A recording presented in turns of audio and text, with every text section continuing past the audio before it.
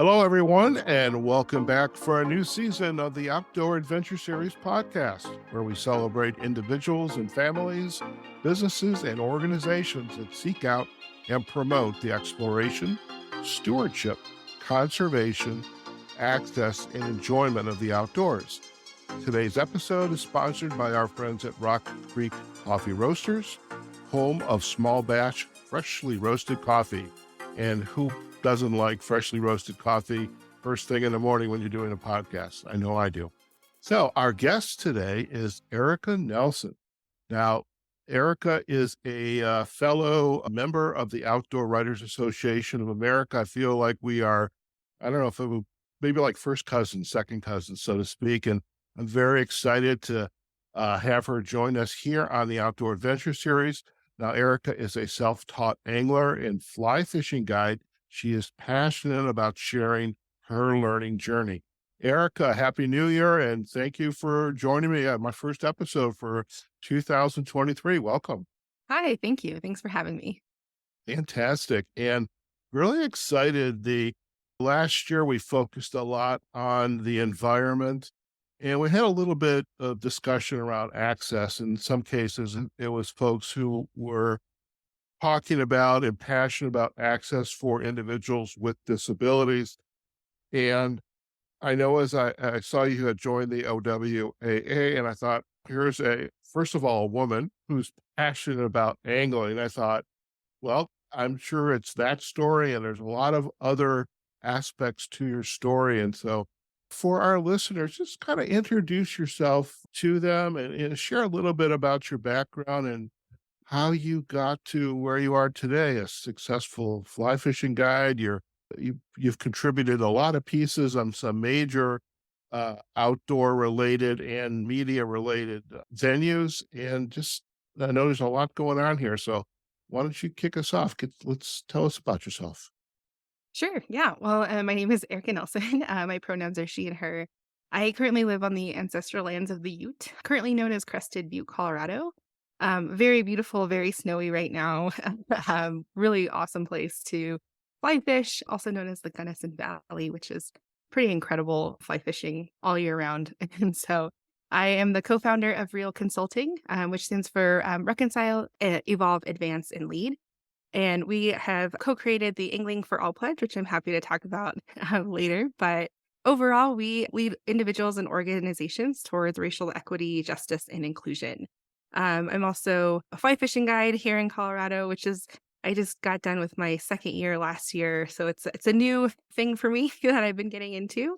However, I've been outdoor guiding for over 10 years, whitewater, backpacking, rock climbing, you name it, I've probably coached it or taught it, skiing, snowboarding, etc. And so I am by no means awesome. I like to kind of reach a mediocre point and say that I can do it to keep up. However, I do have a passion of education. That's always been a theme of throughout my outdoor adventures is just kind of, I don't need to be awesome to get other people into these sports. Yeah, get outside and try new things. And so I definitely have a love for water, whether that's a calm river to getting a permit down some whitewater, multi-day type stuff. That's always been really fun for me. I serve a couple of boards. One in particular, I'm a co-chair of Women's Wilderness. And so that's an organization based in Boulder, Colorado. And we just kind of help girls, women, non-binary folks kind of explore the outdoors and really just kind of empower them to build confidence and find their own power within themselves when it comes to the outdoors. So some really great organizations that I'm a part of is also Brown Folks Fishing. And that is started out as a social media account of getting people of color kind of more represented that, hey, we do fish, whether it's fly fishing, tenkara, spear fishing, spin gear fishing, you name it. Folks from all over the world can hashtag and share their story as well. We also kind of do different programming, like which I'm happy to get into later as well. But Sure. it's a really great broad community, and being an ambassador has been pretty awesome to get to know other anglers along the US and Canada, and then kind of beyond as well internationally. So that's kind of a whirlwind of, I guess, about me. And I also host a podcast as well called the Awkward Angler podcast. So Very good, very good. Well, we're going to circle back to a few items that just caught my attention and here as you were sharing your introduction and out on your website. So, Crested Butte, that's a major ski destination. Were you born and raised in this area, or did you just happen to say that's the area I want to live? I actually was born and raised in New Mexico, kind of in Okay, the Four Corners area. The largest town nearby is Farmington, but I grew up just outside of Farmington in a town called Kirtland. Well, not really. I never really got to explore the outdoors. Most of my trips were school sponsored. I'm just thinking about skiing. I think one of the first times I went skiing was with my dad. My dad liked to ski, and then also just like school trips. Durango is about an hour north of us, and so it was easy to kind of get up to Purgatory Mountain and start skiing. And I've lived kind of all over the West, Oregon, Alaska, California, Nevada, Wyoming, and now I live in Colorado. And I actually was moved here to work for Vail Resorts. And so the Crested Butte Mountain Resort has always been family owned and operated, and then sold the mountain to Vail. And so I was actually hired and recruited to move here and kind of help with the change management. So doing organizational development, really working on systems, culture change, which is always emotional and hard and difficult, but also can be really exciting and rewarding for others. And so that's kind of what drove me here, was for a job, I guess. And then I noticed, hey, there's some pretty awesome fishing here. And there's really no other female fly fishing guides, let alone indigenous guides in Colorado. And so that's kind of what kept me here. So while I no longer work for Vail Resort as of 2020, I now have kind of just found community here in Crested Butte and fell in love with the fishing, and the people here are pretty awesome, and it's a beautiful area. okay, very nice. And I noticed on one of your updates, you had a neighbor come by with a big snowplow and kind of shoveled your sidewalk and maybe your neighbor's sidewalk. And so there's a lot of snow up there in Crested Butte. How are things going so far this year with the snow? Yeah, it's, definitely a little bit less. Last year was a really weird year. At the end, or excuse me, 2021 was a weird year. The end of December, we got slammed 100 inches in 5-ish days, and it was pretty wild. And then I didn't have a snowblower or access to one, and so it's a lot of shoveling, which I was like, "All right, getting ready for, the season with rowing."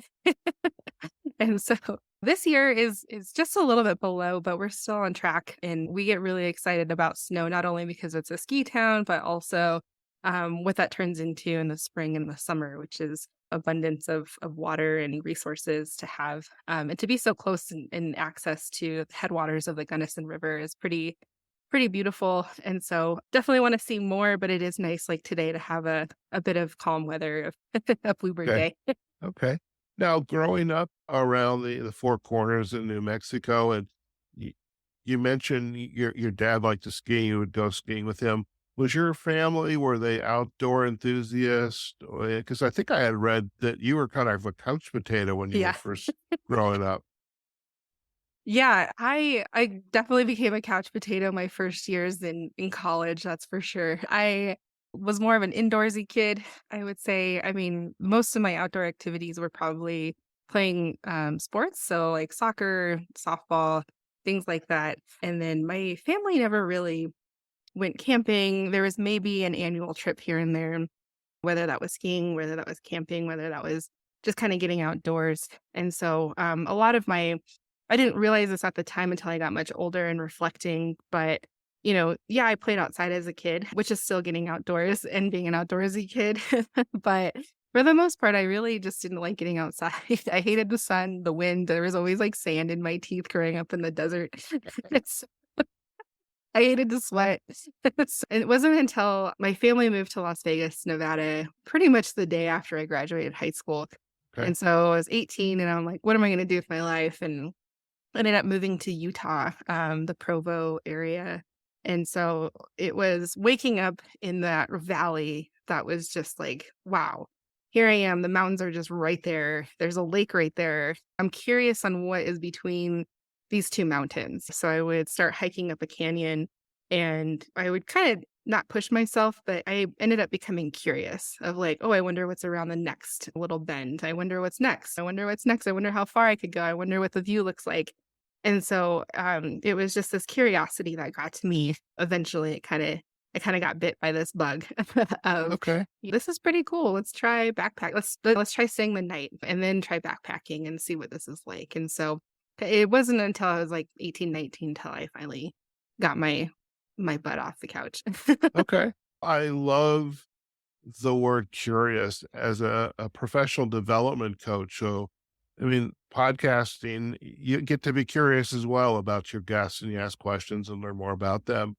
But when you share that, to me, that's a very important word Mhm. because if we're not curious, then one, we don't know about our surroundings. We don't know about our neighbor or what's going on in the community or out our back door. In your case, these valleys, this valley between the two mountains, and you all of a sudden learn something, and you also learn about yourself and what am I capable of.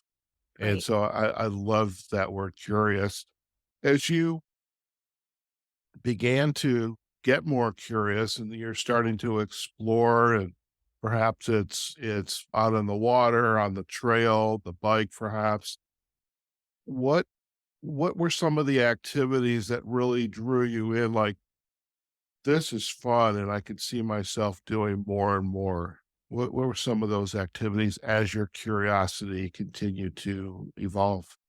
Yeah, I would say I was mostly predominantly curious by like backpacking. Like it was just the next range, the next range. Let's follow this canyon. And that curiosity kind of turned into this passion of like, hey, if I can do that, it also builds some confidence as well in my, I would say the skills that I learned outdoors were transferable to a work environment. Mhm. So it was building more confidence of like, hey, I can actually sleep on this rock. I can actually make it to this ridge. And so things when I came back to the city or when I came back to work, little things where people got irritated at, whether there was no more ink in the printer, for example, that seemed very like minor in comparison to like, hey, I just put myself mentally and physically through this awesome thing.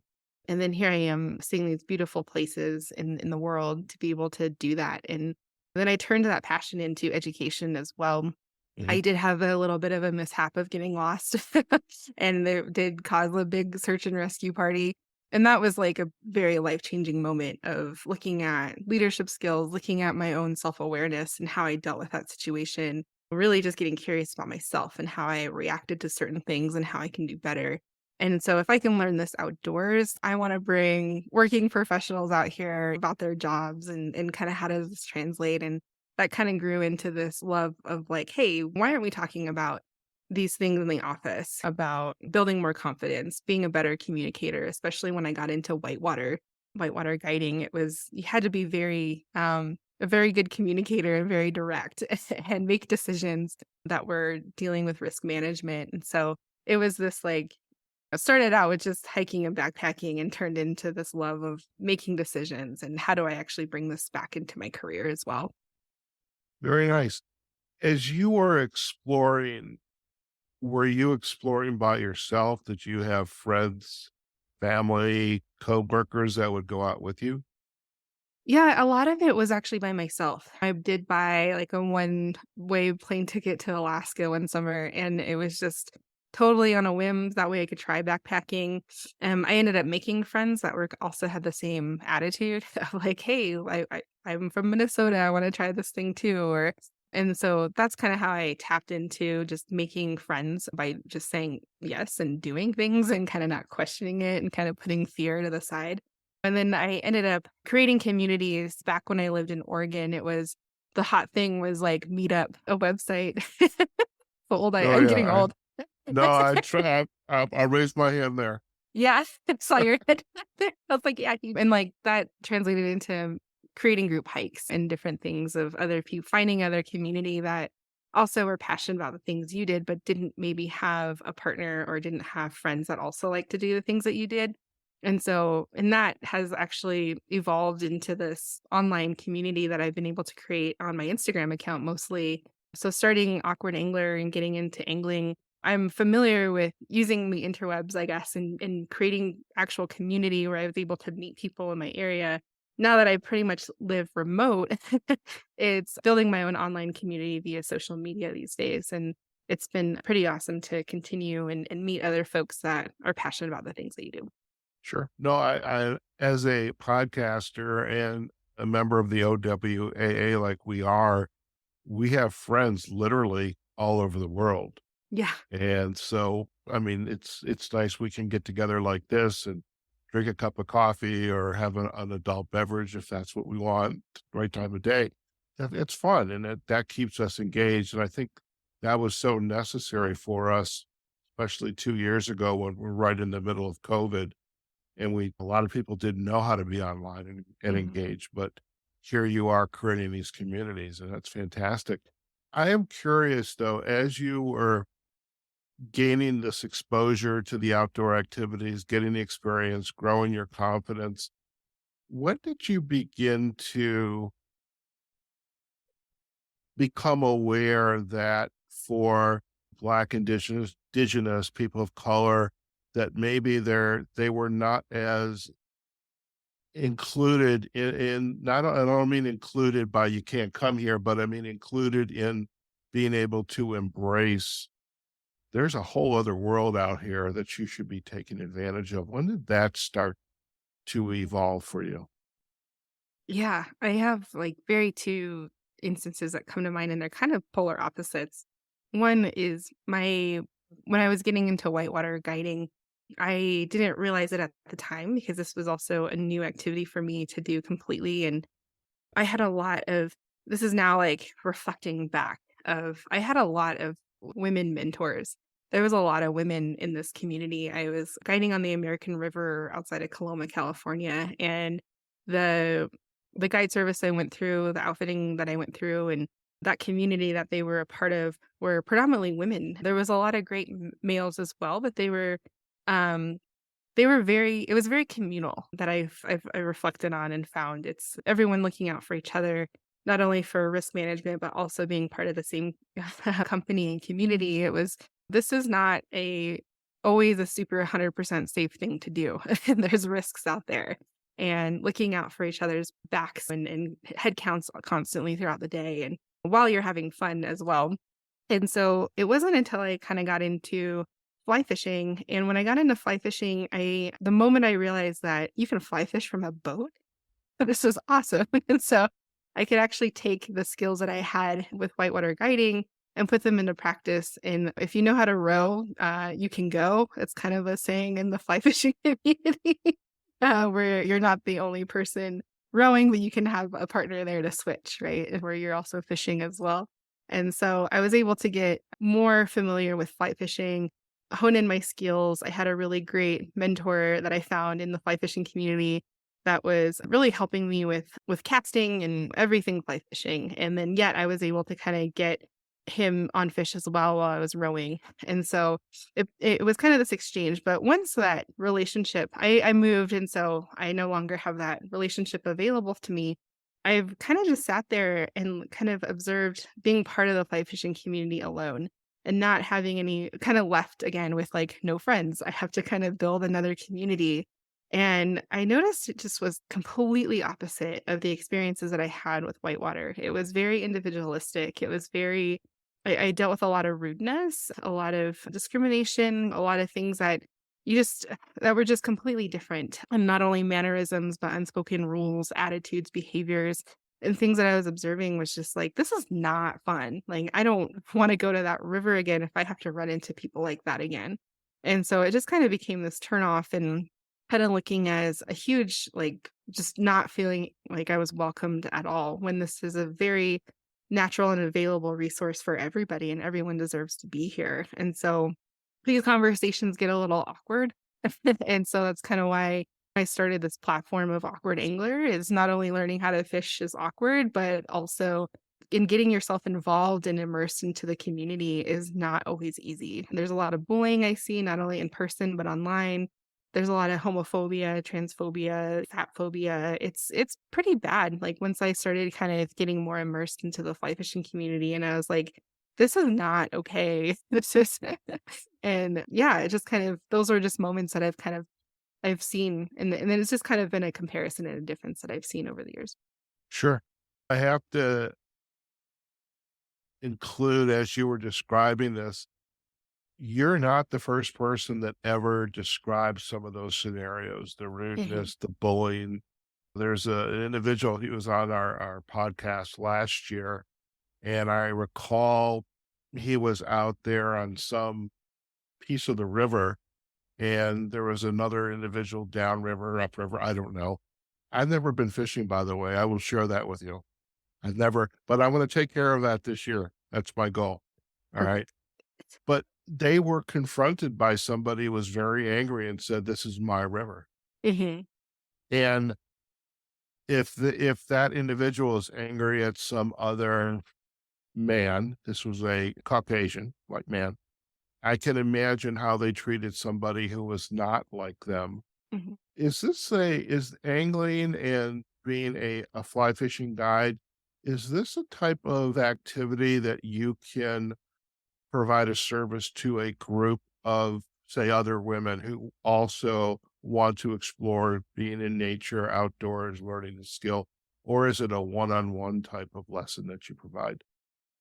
I do both. I really this is one of the reasons why I wanted to become a fly fishing guide was, um, how access was made available to me was somebody reaching their hand out and saying, I'm here to coach you. It's okay to make mistakes. It's okay to lose flies, and it's okay to fall in the river and laugh at yourself." You Or haven't fallen in the river, have you? oh, all the time. Okay. It's slippery, and it's just one of those things that happens. And, Okay. yeah, and just kinda getting over that. That's the awkwardness, right? And of learning how to fish, and things happen even with veterans, folks that have been fishing forever. And so I find a lot of joy in clinics and workshops, and that's typically budget friendly as well for organizations and groups. And so things like that are really fun. You can make it really fun, kind of friendly, competitive, and it's I don't know, learning how to cast and learn different skills and knots. I've noticed this confidence come about when it comes to groups of women or other identities are not male. And so it's really cool to see and do it as a group and do it together. It's very communal and very fun. And then individual, I would say just kind of depending on folks' skills and their goals of what they want to do. So for example, there's certain casts and things I want to try these days. And so I would consider a one-on-one coach, of like, "Hey, help me with this one thing that I wanna do." And that can be a little bit better. So there's different pros and cons and ways to approach learning, for sure. Okay. Okay. What advice would you give a community or an individual, a BIPOC community of individuals to begin to explore the outdoors? Perhaps it is hiking, perhaps it is fly fishing or whitewater rafting. What advice would you give them to get started? Yeah, it takes just a lot of bravery to just get out and do. And also just I mean, not also, but just kind of setting some goals. I think I'm a goal setter. I'm a sucker for goals. And so I start small. I remember one of my goals was to climb Mount Hood in heels, which I still haven't done, and it's still a goal, but I've heard it Mount Hood can be so In easy if you do heels. that. I know. It was a thing that when I lived in Oregon was a thing. And then but I have never been on a hike on Mount Hood before. And so it was just this like realistic goals, right? Of how can I start motivating myself to be able to accomplish that goal? And I think if fly fishing seems very, very distant and very unattainable, but that's something you want to do, maybe just finding a local pond and sitting by the water, that is a completely like awesome thing to do and to reach and just start small and um what are things that you can do? What are things that are accessible? And one of the things that has helped me is plugging into communities. And so finding other people that are also exploring the same things online can be really helpful. Okay. Okay. And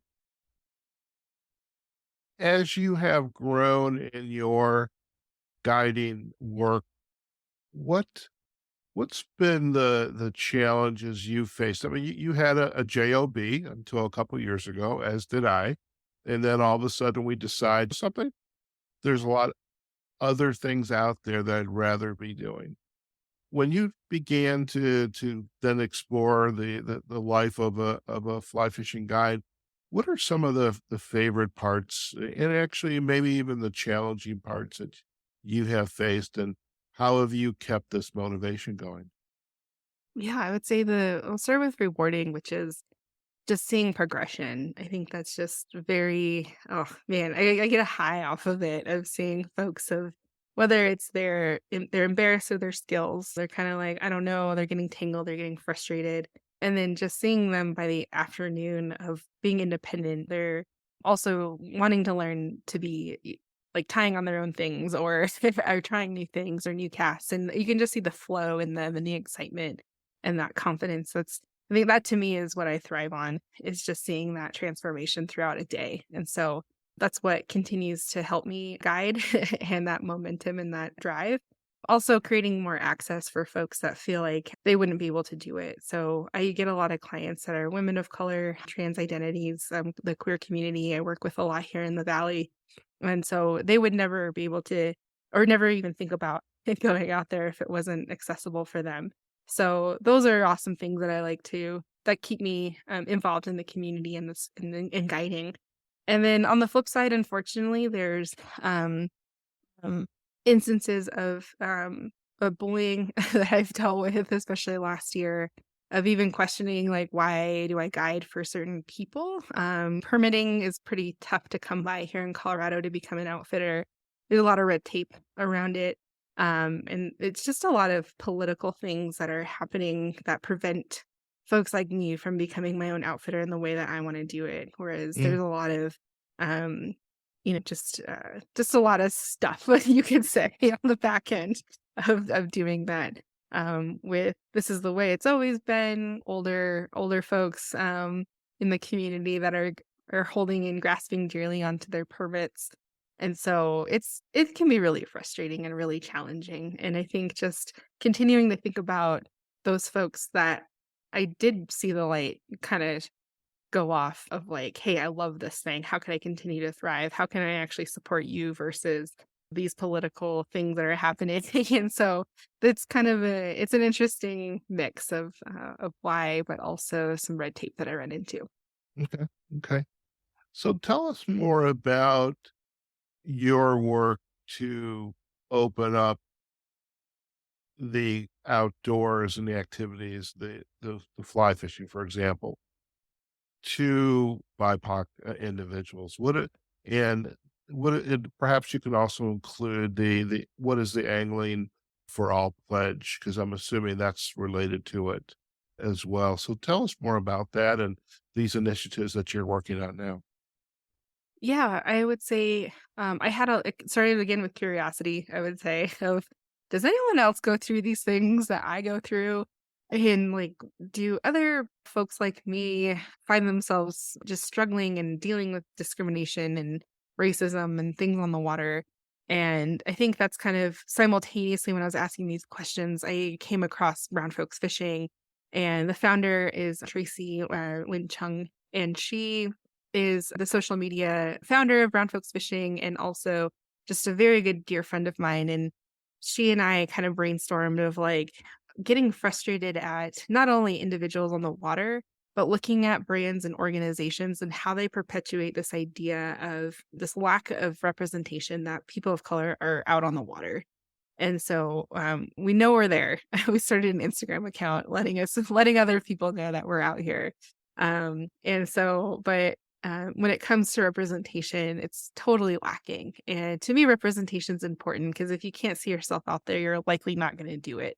It just doesn't seem accessible. And so we kind of put our heads together with Real Consulting and Brown Folks Fishing and created the Angling for All Pledge, which just kind of overall, it's establishing a benchmark for learning and a commitment to addressing racism, and also inequities and inequality with fishing and its industry. And so, not even just looking at fly fishing, but fishing as a whole. And so, how can we actually, the thing that we were starting to see were organizations and brands that care about inclusion and diversity and equity, but they just don't know where to start. And they fumble over conversations, they worry about getting it right. And so, how can we actually create a program where it feels like a safe place to kind of bring your ideas, concerns, your questions, and let's talk about it. Let's just put it all on the table in a very professional way. Because I'm one of the skills that I bring to this partnership is looking at organizational development and culture change, but also looking at diversity and inclusion to me has always been a basic leadership skill. And so, why are we actually siloing this from leadership development when it's actually part of leadership development? And so, with that lens, I was able to find Sydney, my partner. She's has a big background in social justice and racial equity. And so, she's been working in political affairs when it comes to inequities for many years and doing DEI, diversity, equity, and inclusion work for over 10 years. And so, with our experience, we kind of come in and have these conversations with brands and organizations and individuals as well.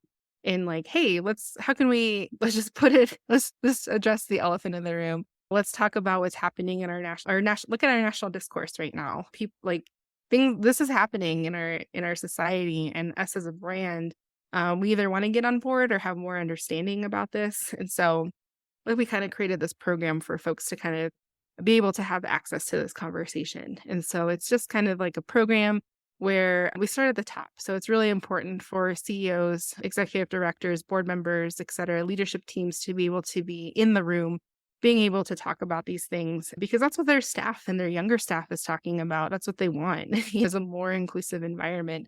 And so we kind of walk them through a series of looking at our own individual identity. How do we fit and move about the world? And that kind of helps us build better communities. And that's kind of like our second step is building more authentic communities and not tokenizing folks, but authentically leading and partnering with other communities doing the work already. So we're not reinventing the wheel and doing that respectfully. And then the third step is creating action. We want to jump to action right away because we want to just prove that we're good people. But, it takes some time to be able to actually see things start shifting. Culture change takes a long time. And so getting to that point is something that we help out with as well at the end. Very good.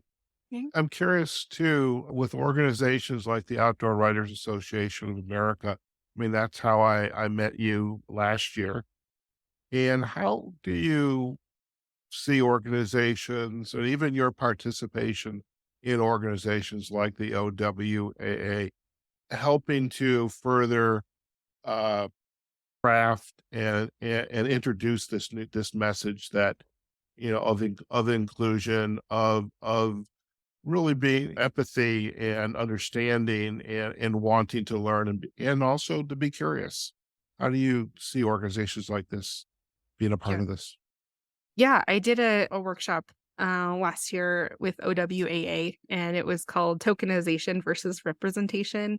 And so it's just like, what's the difference of, hey, I want to be able to be a respectful journalist, writer, content creator, and highlighting folks that aren't typically included or added to the narrative. And so it's how do we do this respectfully? And it was a nice, awesome, like half day workshop of looking at understanding our history and how it comes to our own identities as well when it comes to interacting with this history and then how to move forward with that. And so it was a lot of time of spending of building authentic relationships and doing this meaningfully versus slapping a brown face on a photo or a magazine cover or in an article just because, and then moving on to your next subject. Most folks of color in the BIPOC community look to build more relationships versus meaningless transactions. And so it's kind of this new paradigm of thinking in the approach of whose story is getting told and how it's being told and what are the relationships that are forming at the foundation of it all. And so I think that's like one thing that folks can kind of look at is why is this important to me? Why do I want to tell this story? And how I get a lot of questions. A lot of my work is how do I reach out to people? And honestly, it's just kind of going back to middle school sometimes of making that new friend. And it's awkward and introduce yourself and what do you do and get to know people and get to know their work, get to know who they are, especially with social media. It's do your research about this person and really find meaning as to like why you want to build a connection with them and why you want to tell their story. And I was really grateful to some journalists that were able to connect with me on that way. It's more impactful, I would say. And it shows through the writing and the work too of how you were able to spend time with this person versus just I need a subject, I need to get it out there, and then I need to move on and find the next. Right. Right. So I would be remiss if I didn't ask you about the Awkward Angler podcast. When did you get this hair like, there's all these podcasts out there. Was this something you thought of wanted to do? Did somebody suggest it to you? And how's it going? Yeah, thanks. Yeah, the Awkward Angler podcast, I like to describe it as an authentic series talking about social justice fishing and storytelling with folks in the outdoor industry. And I would say it kind of was a pandemic project, but also it's something I've always wanted to do. I listen to a lot of podcasts, and that's the way that I don't really watch much TV, but I have a podcast kind of playing in the background throughout the day and just learning different things. And it's fun how you kind of almost feel like you're in a relationship with the host almost because you hear them so much. And I've started to feel that kind of on Instagram of this audience that was messaging me and following me and really just kind of engaging in dialogue. And I'm also part of in-person communities as well of these conversations with Black, Indigenous, and other people of color. It's this, hey, it's those questions that I have, right? Of do you deal with this too? And I thought, what if I actually just had like, I really just want to hit a record button talking to one of my good friends because I feel like the industry needs to know of what we're talking about because we talk. And we're always sending articles, we're always like sending things to each other, but we have a different perspective, I would say, or a different lens on looking at the world and how we move about the world. And it isn't always a popular opinion. And so I thought this is important for, I would say, the outdoor industry to know what we're talking about. And so it was just kind of one of those things of like, well, I have the time to shut down of COVID and why not start recording some conversations and looking at specifically fly fishing podcasts. It's always destination, it's always trophy fishing, it's always kind of, and I'm not against those things, it's just not what I'm looking for. And so I thought, why not create my own content of what I want to listen to? What is happening in the outdoors? And so it's kind of this can be a little serious, can be really funny, but also really informative.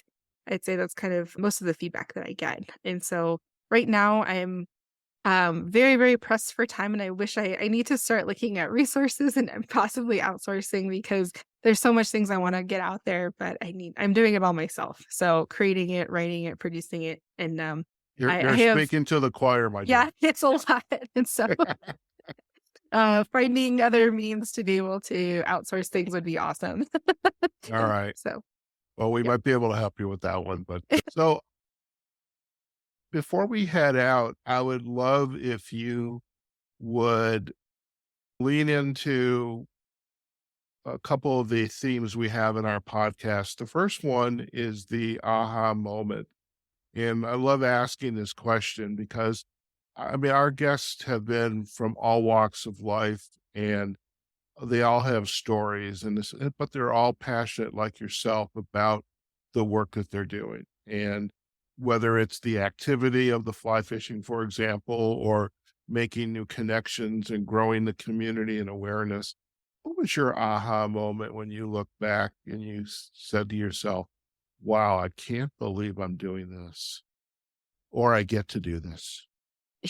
Yeah. I have 2 moments. Last year was a very incredible year for me professionally, and I ended up launching and registering Awkward Angler as a business because I was getting so much work of public speaking and different articles and things, and I think it was finally when I was bombarded after the New York Times article came out. I was kinda just so busy with my head down doing this interview, and then once it came out, it was like, "Wow, this is a national, like or this is a big publication," and my inbox just kinda blew up of different things and opportunities, and I always struggle with imposter syndrome that I'm not good enough. Oh, yeah, it was really like, I get emotional about it because it was really special to see, like, national recognition of the work that I've been doing. and then also be able to be invited on certain trips as well. Like I was just in Brazil at the end of November and December. So it was kind of like a beginning of the year of the New York Times article. And I was like, wow, this is pretty cool.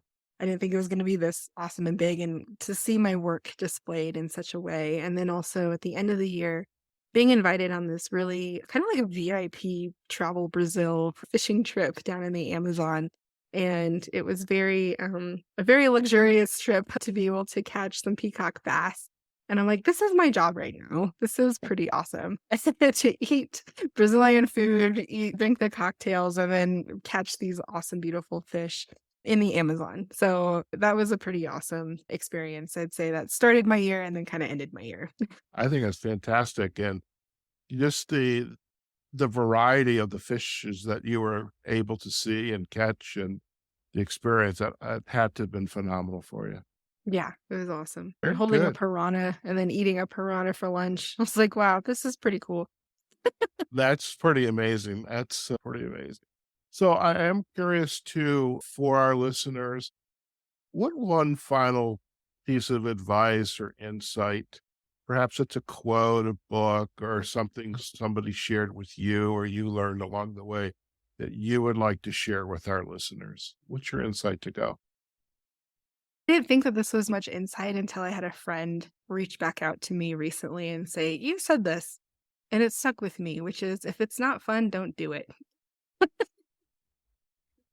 I like that. So why waste our time sometimes on things that are not fun? Life is short, and enjoy it. Really, I'm all for just kind of um, yeah, seeing what happens. Very Messing good. around and seeing what happens. There's I, other terms of that. I love it. I'm messing around. That's just another word for being curious. So I Yeah, love that. exactly. I love It's that. yeah. And by the way, we're going to provide backlinks to the New York Times article. Then we've got a couple others that we pulled from your website. So that'll give people a taste of the work that you have been doing. Now, as far as website and social sites, if our listeners would like to learn more about you and your work, where are the best places for them to go? Yeah, I'm pretty active on Instagram. My handle is at awkward angler, and awkwardangler.com is my website as well. Okay. And you have the YouTube page as well. And I do. I mostly post podcast episodes there. I'm a little okay. behind on the last season, but if folks want to tune in there, they're able to do so. Fantastic. Well, Erica, it's been a pleasure to have you on the Outdoor Adventure Series podcast and appreciate you taking the time to help us launch our fifth season, 2023. And I'm really, and I can't think of a better way than have be curious about who you are and what you've been up to. And I know our listeners are going to enjoy hearing all about you and your work. So thank you for taking the time. Thank you. Fantastic. Well, listen, stay on the line. We're going to do a quick close and you and I can have a final chat. Okay. Sounds good. Very good. All right, folks, we have just been chatting with Erica Nelson, outdoor enthusiast, angler, and fly fishing guide, and host of the Awkward Angler podcast. Lots of great discussion today, everything from BIPOC individuals exploring the outdoors and really some of the roadblocks that they perhaps have faced as they began to explore and get out into nature. And really, we learned a lot about the work that Erica and her organization and through the Angling for All pledge, the work they're doing with the product producers, the vendors that take people out to get them involved in this discussion so that outdoor activities and enjoyment is for everyone. And we really appreciate the effort that she and her partners are involved in this activity. And we also learn about prompted Erica to get involved with fly fishing and to become an accomplished. Now, she says has imposter syndrome, but I perhaps need to have a discussion with her about that because as a coach, we can work on what it means to have that imposter syndrome. Because I don't know about you, but Erica has done some amazing things, and in fact, she caught and ate a piranha. So I think that's pretty amazing as well. I just cooked up a salmon yesterday. That's the extent of my exploration. But really appreciated her taking the time to join us on the Outdoor Adventure Series podcast. Now we're going to provide some backlinks to some of her articles And we'll also have backlinks to her website, awkwardangler.com, as well as to her Instagram page and her YouTube. Okay, folks, wherever you are, whatever you're doing, go out there, have a phenomenal day. Hope you have a fantastic 2023, and we're excited to be bringing you more episodes throughout the year. You can find us on outdooradventureseries.com, and you can also find us on Facebook and on LinkedIn on our Outdoor Adventure Series pages. And you can also find short segments on our YouTube page. And this episode is available on all of the major podcast directories. Have a fantastic day, and we will see you on a future episode of the Outdoor Adventure Series podcast. Take care now.